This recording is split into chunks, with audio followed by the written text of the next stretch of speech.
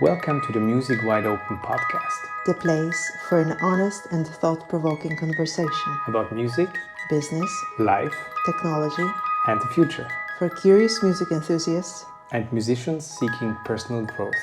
I'm Ingolf Wunder. And I am Paulina Wunder. While we are recording this episode, one of the biggest and most important events for pianists and piano lovers is taking place, the Chopin Competition in Warsaw. I would like to use this as an opportunity to talk about things that are partly related to the event, but actually go far, far beyond it. Times are changing, people are changing, and the triggers for our emotions are also changing. Whether we realize it or not, this alters our human perception, and it's sort of inevitable. But before we dive deeper into the subject, let me start by dropping a bombshell. Would Chopin have any chance in the competition bearing his own name, the Chopin Competition? No. No prize? No prize. No. Out in the first round. No final? No. Well, I mean, Why? The mainstream answer, of course, from his letters and stuff, stage fright, our modern heavy pianos, wider keys, and God knows how he would react to playing in the 2,000-seat concert hall, coming from his salon concerts. But he sure would be flattered how famous his music has become, and so. But would he win? But let's say he would have enough stamina to participate.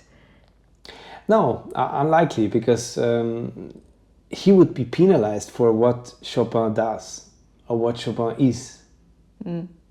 So, in other words, he had the freedom of altering repeats, ornaments, pedaling, whatever, playing free music. And if you play freely nowadays in the competition, you usually don't go far. Well, we must here define what means freely in terms of his music. Almost improvised. Well, you cannot, yes, you can improvise your own music, but other people should not improvise. That's correct, but improvising requires to be aware of the essence, of the emotional, expressive essence of music. Mm. And then you can play free whatever you want, but still have the message that a phrase should tell you or the emotion that something should give you. And Chopin would have that, but this is something that in modern competitions is not either not heard or not favored. That's true, but I think it's because what you probably mean here, that there's this kind of standardized way of judging and also playing music. Especially the last 15 years, one has to say. This is visible, and frankly speaking, I think this has something to do with the new generations, not to offend them, absolutely not. But the participants of the current edition of the competition, actually Chopin or any other competition, obviously, this is the generation that doesn't remember life without the internet. And actually, also most of them don't remember the life without internet platforms such as YouTube. That was, I think, launched in 2005, and then Facebook. Facebook was launched before, but open to the general public, it was in 2006, and so on. So yet again, technology has created a completely different landscape of possibilities, constructive and destructive for young musicians. Every generation has different technological challenges, at least in the history as we have it in the books. And now we have this amazing globalization, which has, of course, upsides and downsides, but we have to keep in mind that, as you anyway already hinted, that the brain changes to the environment, and what kids are exposed to the first 7 years and later, of course, this shapes the brain every day. Like every day the brain changes, and whatever you use from the brain, which kind of regions, they're getting stronger. So if you watch too many movies as a baby, then your visual cortex will be larger, and so on. And later as well, what you care about, you will do, and what you do influences the brain. It again influences what you need, what you in music and as well. And what you become. Yes, exactly. So what you need, like emotionally, for example, in music, if you are okay with playing standardized machine-like, and if you don't even see the difference anymore, then your brain and your needs shift. And also, one doesn't judge it this way anymore because one is so used to. It's a reinforcing cycle in that some you don't sense. even see that it's standardized. No, this is what it is. Yes, because it's just, if people say, yeah, it's fine that the government takes away our rights because, yeah, as long as I'm happy, it's okay. They don't know that it's bad in the first place. I'm just joking here. I mean, not, but partly. But, you know, like, if people are not aware of things and you just think, no, I'm having a good life anyway, it's fine, everything is fine. It's just the way it changes. Yes. That's then, of course, you will not notice, but your brain will change because of this. But let's go habit. back to this because that's, I think, as well quite important. This internet generation and how the internet influences all of us, actually. That's a really big subject. And you mentioned that we are all connected. So it's much as well easier to get any kind of knowledge if one wants, or to enroll in master classes with renowned musicians, teachers, etc. But at the same time, this interconnectivity has automatically increased mass production in many fields. So this standardization... Yeah, it's maybe even a logic process. Maybe, yes. I mean, if one doesn't steer against it consciously, it probably happens naturally this way in some sense. Because this includes music, and among musicians, one sees that the same tendency is happening. And it triggers something because one negative aspect is, of course, this short forms of the internet, and due to that, I mean, content. And due to that, also our expectations, or the brain's expectation changes. And this is funny because I heard from a neurofeedback specialist once that actually in the long form, the waves that change in the long time spectrum are the ones that are really important. And this is this made me think, because this we just don't have anymore in most of our lives, the long form. We have only short. And this is also what musicians do now, that they cut everything, every phrase is cut to bars, or they don't connect the long forms, and this is... The speed is overwhelming, in fact, and the world becomes noisy, it's crowded, not because of the world population necessarily, but everything is just too much. And it's on top of that, it's really difficult for these young musicians to break through if you're not expansive. You know what I mean? So if you're shy, if you're introverted, or you, for example, can't be bothered to be active on social media, and you don't suck up to people who could benefit you, and you're not commenting constantly on their posts. It's really difficult. That's right. And one more thing is also, due to this, what you said, that the internet makes it easy to reach people and to have masterclasses here or there. A key factor is also too many conflicting inputs for young musicians. And that is due to something that we mentioned, because we were both writing the text for my first TEDx talk, that this phenomenon of empty phrasing, which is of course everywhere in life, that people use the right words and don't have the actual substance in mind, or don't even know what they mean, due to this empty phrasing on steroids, as I call it these days. If you get then conflicting inputs with empty words as students, which they often get, then they simply don't know what to do anymore. And they don't have even the time to really think about it, because it's exactly, but they just do so, but they are in the middle, they don't know what to do. Why? Because we don't really in music ask the question, what are we doing it for? I mean, it's not the essence that is being taught. And then we close the line to what I said about Chopin. He would have it for sure because he wrote it. and he had all these beautiful, deep emotions. It was also a different time, of course. People talk differently and so on. And people have different lives, more local lives. There was no globalization like that. I'm not against globalization, by the way. It just changes our brains. Of course. And I think this everything impacts our behavior and the way we actually see and treat also other people. Yeah. And also treat music or musicians or their interpretations. But let's go into such a thing. Let's say Chopin resurrects. he bends the time-space continuum and comes somehow to our time, and he lives among us today. He would be most probably completely invisible.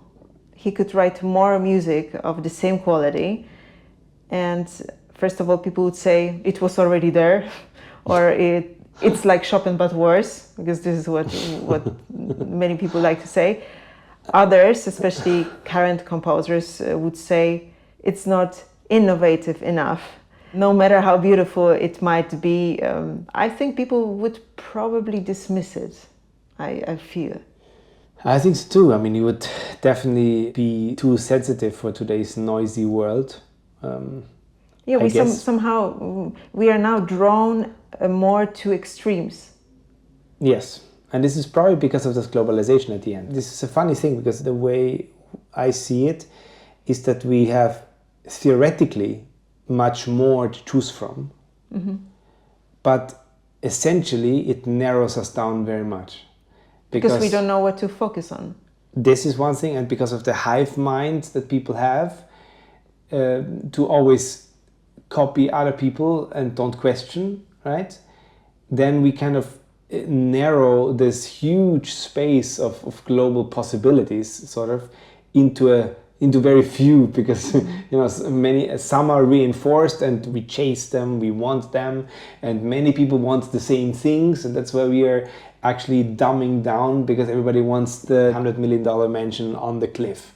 Yeah. And so the rat race that was probably always there, it's so much more visible now and so much stronger as well, because everything is being exposed. Yes, it's this huge possibility, which is a beautiful thing. We have so much freedom, yes. In a sense. You could, I mean, we don't have a lot of freedom if you really know how the world works, but let's say we would have a lot of freedom, musical freedom, for example, to do whatever the hell we want, if we find the market, good or bad. That's why there's so much bad stuff, because the market is there. And they can do whatever they want. So it was much different in Chopin's time. Yeah. You for sure couldn't do whatever the hell you wanted musically, because there were some rules. It was not as extreme anymore as that you cannot write a parallel fifth as 150, 200 years before Chopin. but there were still very, very much, etiquette rules and stuff that you don't have nowadays. We've destroyed already everything, from harmonics to interpretation to everything, so we can do whatever we want, right? But yet there is these small bubbles of music that are not connected, which is another issue, that music is not connected globally in a way. Yes. I mean, it is business-wise and so don't get me wrong, but we have these bubbles of only classical music, and then you have only this genre that doesn't know about any other genre. Then you have within the classical bubble, you have the clarinet bubble, the violin bubble, and they don't know each other, who is where. So this is just, and this is what is the exact opposite of the globalization. Basically, that everything is everything should be connected, right? Yeah. Musically, the essence. So in the Chopin's time, it was obviously not connected, everything, because... But it was in a way, because back then much more composers were friends with painters, with authors. This is correct, but locally. Yeah. It's not like it wasn't but so easy to... But now not even locally. The truth. That's the funny thing, the inversion of things. Although everything is so close and so accessible. Everything you could do, but you don't, and they back then had trouble to not everybody could be going from Warsaw to Vienna, or from, and you didn't know all the people there. So, you had maybe some friends, but it was not like that you are connected via social media to 20 of your friends, and you anyway know what's happening there, sort of, on the surface. But probably level. Because of that as well, your sensory experiences, once you were going somewhere, were much deeper. Because the brain, again, was not numb and desensitized. But talking about sensory experiences, we still need them very much, but it's just, it has changed so much, because now everything has to be a show. So it is connected in a way. And here I want to say something. I have nothing against shows. I enjoy them, and if something is well done, then it's really fun. But at the same time, I'm thinking not everything is meant to be one. And before I go further into this, I just would like to share a personal anecdote. That happened at one of your concerts several years ago. You surely remember that. The guy responsible for stage lighting mounted LED strip above the keys of the piano. You saw it. You even gave it a try. I wouldn't at the rehearsal. But after 2 minutes, you said something like, "I'm sorry, please remove it. It's disturbing." And the guy got so angry. I just heard him mumbling, "He's destroying my show." He was talking about you, Ingolf. I just managed to shoot back appropriately because he obviously confused his role, and then he left offended. But this "let's make a show" trend extends to taking a magnifying glass and exposing whatever is possible to make it more interesting for people, as if we were already that addicted to these sensory experiences that are so often useless. Give me more, show me some close-ups, let me in everywhere. This is something that I feel when something becomes a show, it is in danger of losing its deeper meaning.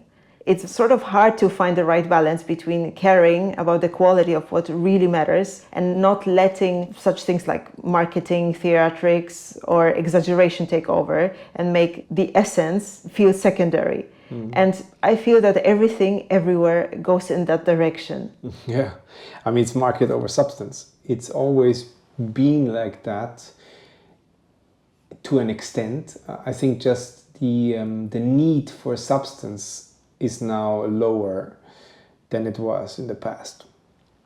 In that sense, it's like you always have to find yourself, whether you're an artist or a promoter or a company, you have to find yourself in a market, right? You have to play the rules sort of that the market gives you by whoever that's steered, or it's usually steered by people themselves, like by their behaviors, what they buy, what they want, and so on. But by the economy. By the economy, yes. That's what I mean, by everything that people actually need and are willing to pay a certain amount of money for, or whatever is the currency. But what we said before, that people's brains change, and with the hive mind mentality that people have, this has, I think, the effect that everything has to be more extreme in order to make anybody react to anything. Because if you look at news or something, it has to be more violent, it has to be more amazing, everything has to be, you know, to even we're becoming numb. any eyeballs or ears, right? Otherwise it would be too subtle or too brainy or something that people, a niche market you will always have, but people want to make money. But coming back, for example, to the Chopin Competition, it's a beautiful event with a long history of almost 100 years. Really beautiful, and I say that as someone coming from Poland, from Warsaw. And on the one hand, it's really awesome that the coverage is so good. So you have radios, TVs, multiple internet platforms, YouTube, Instagram, updates all the time, showing the event from all possible sides. Almost like Big Brother. And it's everything shouts, let's celebrate. And it's a great spirit, really cool. But emotions aside, when one looks at that coldly, it's a bit too much. These poor participants don't even have a chance to fully focus before going on stage, because there is a bloody camera following them. And the other day, because we follow some things, the other day someone was correcting his pants, and that was also caught on camera. And then you go on stage and there is a camera right next to you at the edge of the piano. It wasn't like that before, even not at your competitions. You know. No, but cameras before and after, very much so. Yes, already. But not to that extent, because the coverage on social media wasn't that That's right. big. Absolutely. And as you said, the coverage is not a bad thing at all. It's again how it's done. And then it's again about sensitivity of the people that actually doing that. In other words, if one puts music first, like substance over the market or coverage, even if you're a cameraman, or even if you're the one that makes the decision of placing the camera just next to your hands, then such things wouldn't happen. And you could still have the same kind of awesome coverage, which it is, you see. But there was some close-ups as well during your competition. Yeah, the camera was hidden in the back and you didn't see it, and it was actually much more classy, to be honest. I mean, also when you looked at the stage, it was much more, because you didn't see the camera. It's nice.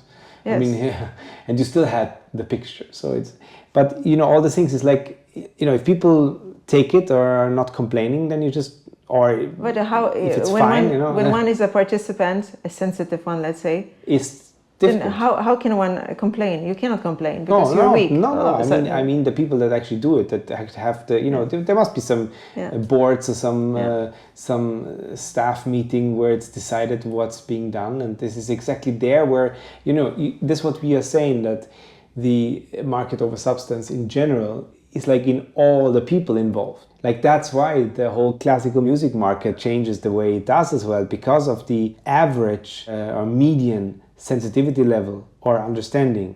It's not about the outliers. The outliers still exist. There are still very, very good artists and also very good concert halls and very good promoters and everything, but the average, and listeners of course, audience, but the average in the past was just, there was no streaming service, there was no whatever makes music nowadays for people in the evening. No, you had to play piano.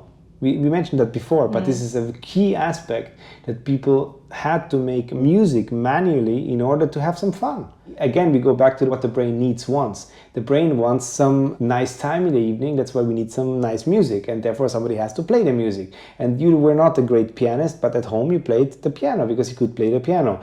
And such people were then in the music business, such people bought the records of the greats back then, and they knew how to play the piano. So their ability to spot greatness or to have some understanding of what it actually should be or is was much greater on average than nowadays. It's just a fact.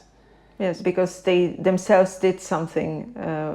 Because their parts of the brain were developed. Those that were responsible for actually spotting these things. Yeah. But this is the essence. That's why we come back to if Chopin would live now. This is the essence of what he wrote, because that was the world he wrote the stuff in, you see. And if that's not spotted anymore, then you have a problem. Then he would have a problem if he would be coming now to our world. You say, what the hell is going on? Probably. He would be still flattered that, wow, my name, wow, everything. But, you know, this is, I think it has to do with sensitivity.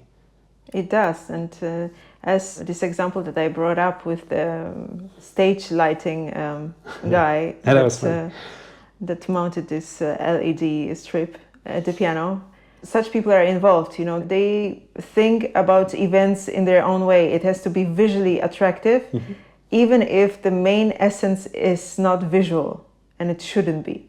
Yeah. It's like in German we have Form und Stoff, like it's a bit like substance and packaging or something like this, that the packaging is more important than the substance. Oh, it's so many things. I mean, brands, products, you know, you can sell absolutely anything these days, you know. And then on top of that, everyone these days can comment on everything and everyone. In that case, on everyone's playing. During this competition or during that concert, it doesn't really matter. We are not talking only about the competitions, but general trends. And it doesn't matter whether you have something valid to say or not, or even worse, if you're dumb. That is also counterproductive for young musicians, for actually any musicians, who can then read all sorts of things about themselves out there, good, bad, useless. This is so destructive, and frankly speaking, it can create a lot of inner noise, because it's very confusing. And now imagine Chopin living now. Yeah, that's what I just wanted to say. Then you don't want to do anything. Yes, I thank you. I mean, I will stay with my depression home. Yeah, Chopin would definitely suffer by inadequately backed critique, let's say.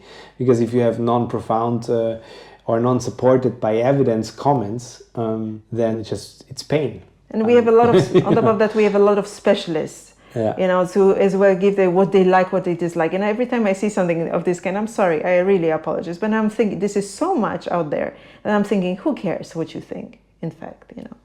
I mean, more and more often I have actually this reaction. And in some cases, it might be completely unjust.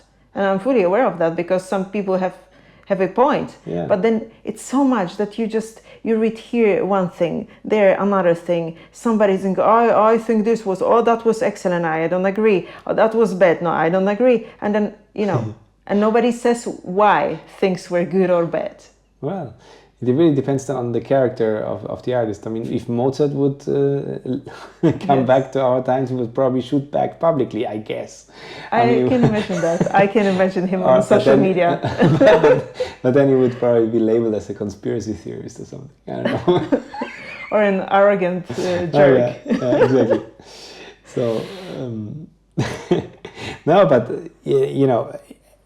again, but this is something so obvious that we are saying, but maybe not many people in the classical space talk about that enough, or at least at least I don't hear it. But the obvious thing is, of course, like also in politics or wherever, people just nowadays you can publicly read on the net what in the past people said over the kitchen table or over the dining table at home. Oh, he's such an idiot. And now you have that in the comments. Yeah. And I have nothing against, because we are making this podcast as well, we share our opinions partly. But we stay away from the names, because that's a very tricky subject. And people don't have any problem with the personal judgment. Yeah, I know. Public judgment. But also that's something very common in the space of the internet nowadays, when people talk about, what they call it, hate on the net or whatever they call it. I don't remember. But the point is that exactly that people insult each other publicly and mention each other by name, how stupid they are and stuff all the time, or even then go much further and threaten their life or whatever. I'm not even going there. Also exists.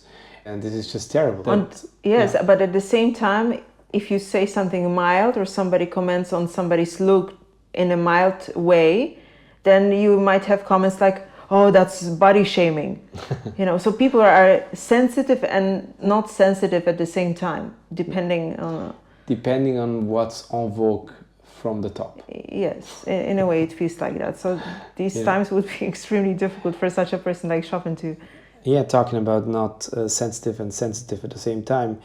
It has to really do with people's laziness in a way. I mean, we all are lazy by default. I mean, this is something good in a way, because we are focusing on the things that we have to focus on, and we scrap the rest. What's not needed. That's why we can be focused on one thing, right? We have the mirror neurons that, without us wanting, even copy stuff of other people. So we are kind of in a tunnel of where we are adapting to each other and adapting to technology at the same time. And to technology, we cannot underestimate that we are all influenced by technology. Like we are. Even if one doesn't want, or I feel it on myself, I mean, even if one is aware of it. And you grew up without the internet. Yeah, but even if one is aware of it, one doesn't get away so easily. It's like with sugar, that you have to actively steer yourself away from it, because if you don't, you get obese. Yes. And how that influences our judgment and the general discourse on the internet, I think it has to do with that people copy each other without questioning. Yes. And just think, okay, he does that, so I do that too. And not critically assess. Or repeat the same things. I see a lot of that. And exactly. And it happens in music, by the way, too. This is the same thing. You switch off the brain, everything is on YouTube, you copy, you don't think critically, and then you have a reinforcing loop. During our watching session, I thought I'm listening to the same person playing the same waltz for 5 times. He just changed the face. Because of the same mannerisms in the playing. Yes, exactly. And this is because of this loop where we copy each other, and then technology comes in the way, and we are getting used to technology. So much so, actually, that, outlined by the World Economic Forum, it's wearables and then chips and all the things that we already mentioned in our podcast. But this is happening now, and it happens actually with not questioning or not looking for the deeper substance of things is enabling us to become less sensitive. Yes, and as a whole, yes, as a whole, yes, absolutely. Being spammed with everything so much that it's quite natural that we pick up things and we just repeat, and then we start to exaggerate without even being aware of that we exaggerate. And this is anyway how the world is constructed in the times we live, that everything has to be described also as, for example, great, the best, the biggest. This bombastic effect is everywhere, right? And we tend to, at the same time, inflate almost everything like a balloon, whether it's a brand, I mentioned that, or usually event. The packaging. Yes, exactly, or anything. It's actually anything, you know. Yeah. But if you would inflate the substance, that would be nice. Yes, but it's not so interesting, obviously, you know, because but one has to be really very careful with that tendency, because when there is so much empty air in a balloon, we know what happens, you know, and then nothing remains. Yeah. So it wouldn't be the first time in history when. That's true, but let's not go that far. But this is sometimes I'm thinking about that. Again, social media or internet, the internet is a great invention, but it's so easy to write anything or post anything or publish anything that we have a lot of articles, posts that try to say something but don't say anything. Yeah, empty phrasing. Empty phrasing that is. And so this is the best, that competition is the best, or these recordings are the best, that brand is the best. But you don't have to explain what it means. Yes, no, absolutely not. And for example, I sometimes catch myself because I see these, one sees that all the time. Some magazines posting a post like, I don't know, 5 best recordings of Beethoven's symphonies. And then I'm always asking myself, according to whom? Who is the judge? Yeah. The magazine, okay, but who is in that magazine? There are people working, some people working, I hope, still people. Who is the judge? Yeah. You know, it's and everything is like that. It's just one example. So nothing is really explained. Yeah. It becomes really empty. The current market, which is of course the brains of people, boosts just extremes together with the algorithmic influence, because in everything now you have, I don't even talk about the social media companies or YouTube, obviously they are completely steered by these algorithms, what to push and so on, and how long and when, and all these algorithms. But also when companies or whoever evaluates what's a selling product or what's a success and what isn't, is usually metrics that have not often anything to do with the substance itself, but how it's marketed, how it's perceived by the audience or the people that buy it. And that's fair enough as well. But this loop just makes it more extreme, like it because people also need to live. So people need quicker on top of yes, that. and people need to make a bigger impact and make to reach, because you have only this one window in your life to make this or that. Actually, you have much more than that, but people believe that they have only one window. Yeah, sure, no, but people act like that, certainly. Yeah. And this is how the extremes are boosted, I think. What makes me then think is what's after that, because if you have more and more extremes, as you see now, the question is where we are in that curve, if we are already at the peak or not, and what happens afterwards, because of course people always want different things, right? And after the super extreme has been normalized, which happens now, the question will be, what's after that inflated sensationalism, right? I mean, are we going back to the roots, some kind of renaissance? Exactly, our subtleties and essence, is that, or substance, is that again coming as a differentiator? That would be super nice, or is it not? It depends what our brain can. I don't know, exactly. And then decode. With the whole fusion of technology and biology, which is planned, then we might never get back to it, and we might not even miss it. Yes, when we are becoming a different being, you see, because then not entirely human, then the needs are different again, and then you would be happy anyway. So this is, I know it might be far off, but on the other hand, not if you believe what some very smart people say in terms of prediction. 5 to 20 years from now, right? It's not a long time. Then I think now is the time to think about these things and to actually make oneself aware, because at the end of the day, it starts with oneself and one's inner needs and wants and how one controls that. It's really like food in a way.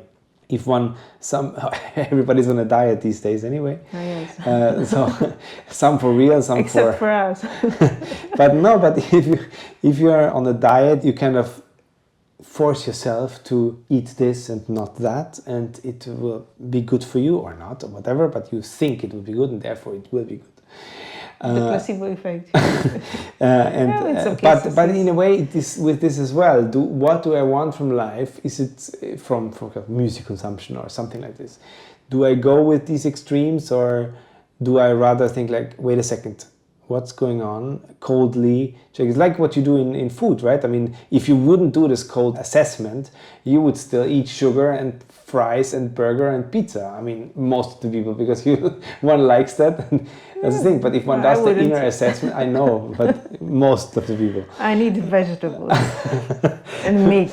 My point is that our conscious brain then takes over and tells us, no, that's actually good to not eat this, and it's good to eat that. And then we steer ourselves to do so.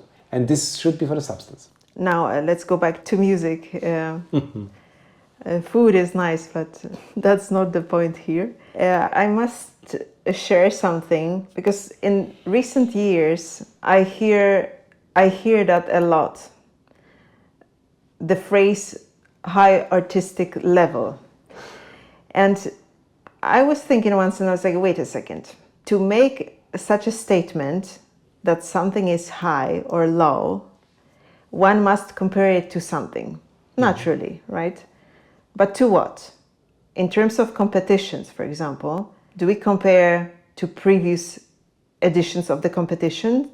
But then it's unfair, because you cannot remember so many recordings, really, and knowing at the same time how our brain works. Or to the standards of pianism worldwide, or to the performances of the participants in the current edition compared with each other. You somehow need to compare to something, otherwise you cannot make such a statement. Mm-hmm. So if it's the latter, so you compare the participants in the current edition with each other, which I suspect this is what people mean when they talk about high artistic level, then one should not speak of a high level, but rather of a consistent or equal level. Mm-hmm. That would be simply more accurate. And I hear a lot of people, when somebody says, oh, this is such a high artistic level, this competition or that competition or that one competition, all the time I hear that. By the way, the last years, every competition has a very high artistic level. And then I'm thinking, really, what does it mean? Because then a lot of people repeat that. And what means artistic level? Do we go to what? Ideas in the interpretation? Technical, which is often confused, I feel that, with people. Somebody is a very good technician, but doesn't do it in a natural way necessarily, and immediately the artistic level is high.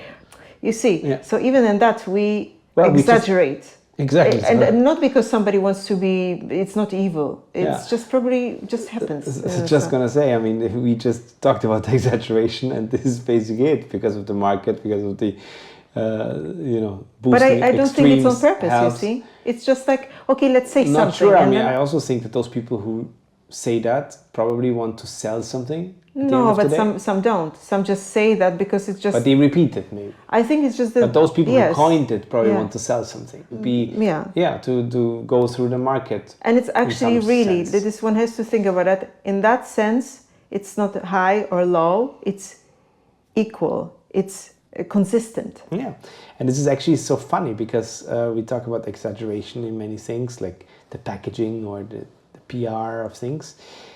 And if one thinks about exaggeration in music, it's in some strange sense very much inverted, because many people play more and more the same. Yes, okay, in some technical sense, sometimes more extreme, because way too quick or way too, this kind of thing.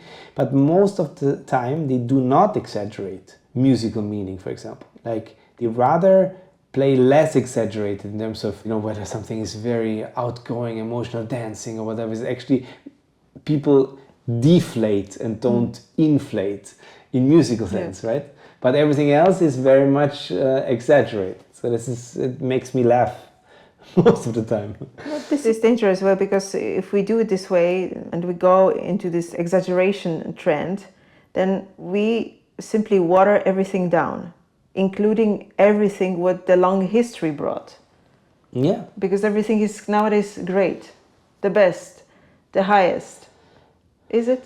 Right, exactly. But this is the packaging. I mean, it goes back to the substance thing that we mentioned. If these kind of musical elements would be exaggerated, naturally exaggerated, to make something more noble, more speaking, more touching and stuff, then it would be good. If we don't do that, if we kind of make it less natural, meaning cutting phrases that shouldn't be cut, or exaggerate legato or non-legato when it should be legato, or such things, then this is the substance that we should actually work on. But if we omit all these things and just call everything great, then it's the exaggeration in the PR terms, and this is what we do at the moment. And this is very dangerous. If it goes on like that, this reinforcing loop, it will not end well. It is, because then in the end nobody knows anything anymore. Exactly.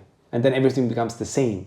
Because if it's then validated by non-musical terms, because these comments and the, let's put it, attached musical substance of any level is attached to that empty phrase, which is then exaggerated and put into the algorithmic loop, then at some point it reinforces itself or validates itself with no meaning. And this is what happens already for years. And I think many people these days, I'm one of those, but there are other people than me that as well think this. Then there is a moment that you simply listen to something and listen to somebody talking about something that you as well heard, and then you're thinking like, am I stupid or is he stupid? And you simply don't know anymore. Exactly, because there are examples where really one hears something about how, and I'm not making it up now, how wonderful the legato was, and that person played absolutely non-legato when it should be legato, and nobody ever says anything. Like such person can say that and be validated by somebody who has no clue, and therefore it stays validated for many that watch that. And this that has no clue, actually nobody realizes that he has no clue. Yeah, and it's literally the opposite. Sometimes they say the word that literally was the opposite, and it's provable. But you know why? Probably the Peter's principle has something to do with it. I will not say, for those ones who don't know what it is, they can check it. Probably, but that's almost funny. If it wouldn't be sad, it would be only funny. But so it's half funny. It's very confusing, and then all of a sudden you have situations that people just don't understand as well in competitions or anything on the market. I mean, who's what's selling, who is making it, who is going to the next round in the competitions or anything else in life. People are really confused. I mean, those that actually question or think, they want to understand. The rest don't want to understand. They just take it like, okay, it is like that. Let's not say anything. Yeah, absolutely. We believe everybody like sheep. Absolutely. So that's the herd mentality, of course. But having said that, of course, not everybody belongs to that group of sheep, and they are still very much aware and hear a participant or a musician that has it and that is really deeply speaking through music. Yes, because everybody thinks he has good taste in music. Well, we have actually researched that stuff, so we have some objective layer. That's always in this thing in anything, right? But of course, there's this beautiful thing about music. There is the subjective layer, as we have mentioned multiple times in this podcast. So that's beautiful, but there is something objective that one can make. And it's fantastic that there is this subjective layer, but on condition that one can really still keep this mind open and question. Yeah. Is it just me? What is it there? Yeah, absolutely. Yeah. So then the main question is: would Chopin go back to the 19th century, or would he stay in the 21st century? That's a question to me. Yes. I have no idea. First of all, I'm not a pianist. Secondly, I'm not a composer and I'm not a man. So that's a question to you. Well, I think this will mainly depend on whether he would prefer the nice, clean life, the nice life we have in our times. Clean water, good medical system, high noise pollution out there. That's right. That's my point. Like whether he would, the point that I was going to make, like whether he would, decide to keep the perks that we have in our 21st century, that we live longer on average. I don't know if the maximum lifespan changes or not, because there were people also that lived very long in old times. Absolutely, and this is just we somehow think that all these people live 30 something general, years. I mean, the medical system is just much better than it was in the 19th century, I would assume. The water is cleaner. Okay, you drink less wine because of that, but that's a different story. So whether he would prefer these perks, or whether he, as you said, noise pollution and all the things that we just discussed in that episode, if that would bother him so much that he would go back to the time machine and go back to Paris in the 19th century. Or to Warsaw, rather. Or to a free Warsaw. Exactly. Okay, that's the point I haven't thought about. You see. I should have answered this question. That's why I asked you. Now that's actually a good point. I mean, if you would see how beautiful Warsaw has become and how amazing the life there is, and I know because we keep a flat there, so I know. Then he might stay. Then he might say, "Oh, it's so beautiful." Yes. I didn't have a free Warsaw. Yeah. I couldn't play my third piano concerto that I started to write. Yes. In the free Warsaw. Now there is a competition in and now my... I can, and that competition that I wouldn't win. I wouldn't win. but I will still move to Warsaw. So maybe Chopin would move to Warsaw of the 21st century. It's a beautiful city.